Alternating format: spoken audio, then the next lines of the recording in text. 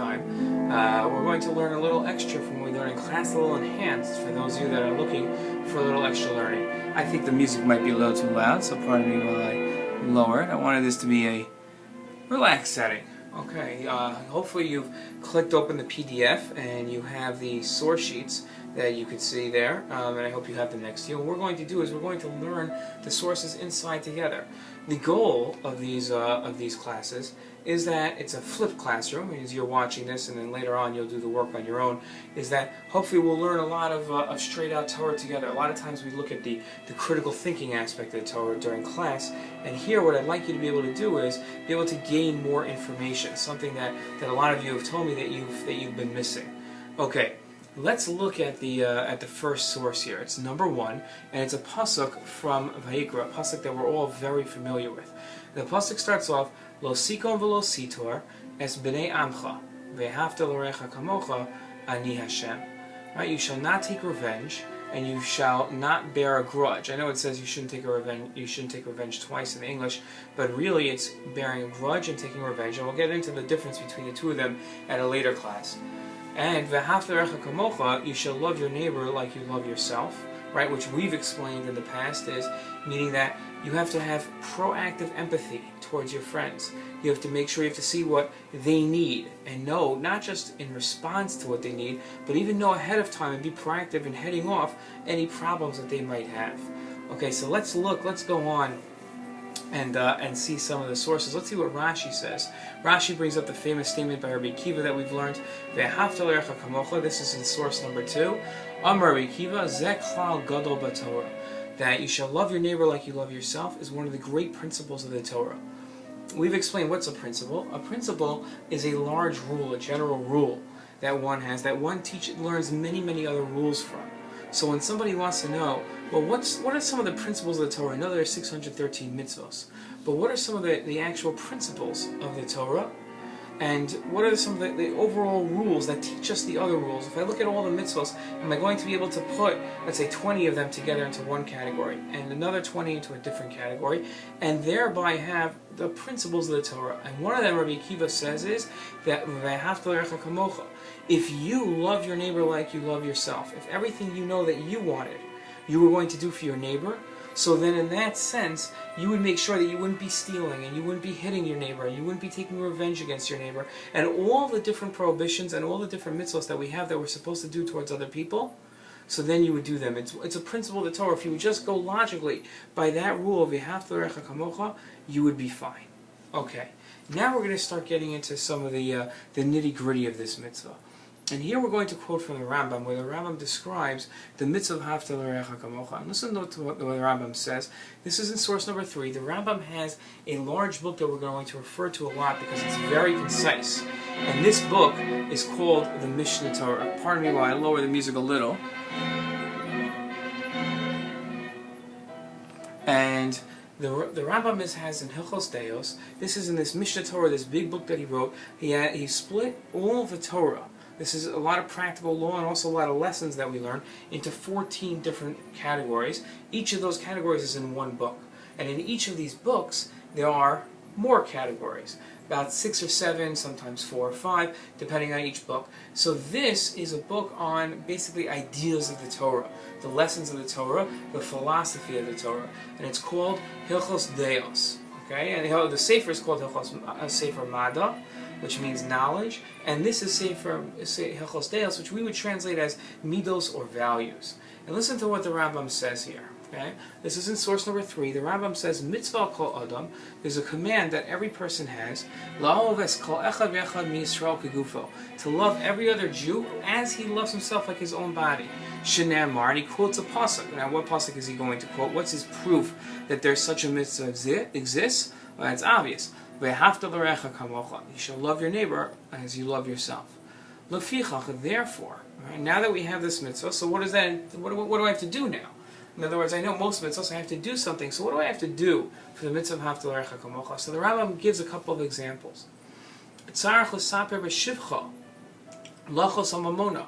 So you have to talk in a praiseworthy fashion about other people. You have to say nice things about them. You have to make sure that you're praising people, not talking bad about them, which would be a prohibition, which would be a sin of Lashon Hara.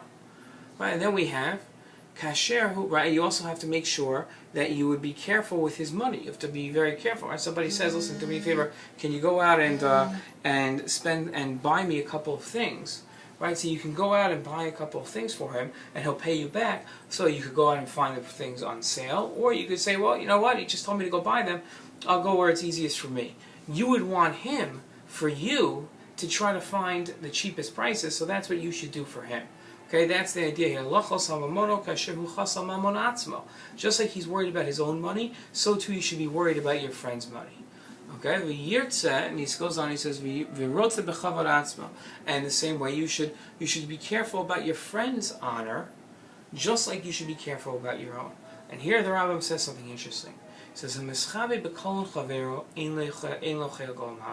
we probably discussed this in class, but somebody that is worried about somebody that puts somebody down so that he looks good. We all know that situation. We're sitting at lunch in the cafeteria, or we're sitting playing basketball, and somebody does something that's embarrassing, and you throw out a one-line or a zinger, you get him, and you snap, and you get this guy, and everybody's laughing, and you look great because you got him, and that person's not feeling too great at that moment.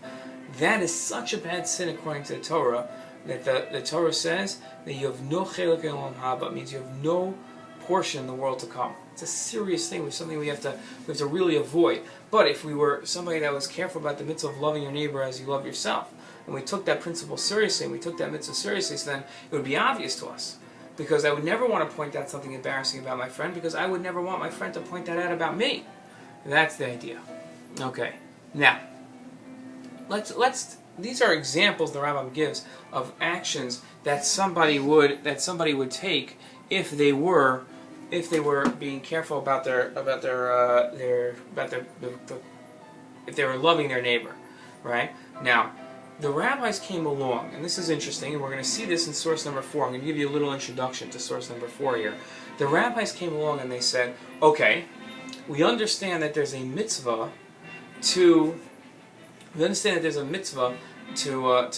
love your neighbor as you love yourself. Granted. But I don't understand exactly what I'm supposed to do. The rabbis came along and they also saw situations where people needed help. Right? There's specific situations where people need a little assistance. And maybe sometimes that wasn't being done properly. And the rabbis came along and said, you know what, we're going to make what are called mitzvos derabanan, rabbinical laws that we can institute. The Torah gives the rabbis power, not anymore, but back in the times of the Gemara, we're going back about 1,500 years, to make laws. Now, we're not adding to the Torah, but those laws have to either enhance the Torah or protect the Torah to make sure that Torah law isn't being damaged. Okay? Maybe we'll have a class on that at another time. So here the Rambam says as follows: Mitzvah saseh shel divrayim. And this is in source number 4, so please look inside. Mitzvah saseh shel divrayim levaker cholim. You have a rabbinical command to visit the sick. Lenachem avilam, to comfort mourners. L'hodzi hames, to escort the dead out. In other words, to go and bury the dead. L'hachni sakala, and exactly the opposite with a bride, to make sure a bride has a respectable wedding. Right? Not all brides can afford respectable weddings, so you have to make sure to either be there to dance and to make them feel happy, or to even help them financially to afford that wedding. Right? And you have to escort your guests. We talked about that, how one has to escort their guests out the door. This is either for safety reasons or to give them respect. To involve yourself in all areas of burial. Right? We have to make sure that all areas of burial that we're helping out. Right? We can't have people that are just not buried. So we have to go ahead and do that. Even when we go out, so we take the coffin. Right? Nowadays we generally hold the coffin around over here.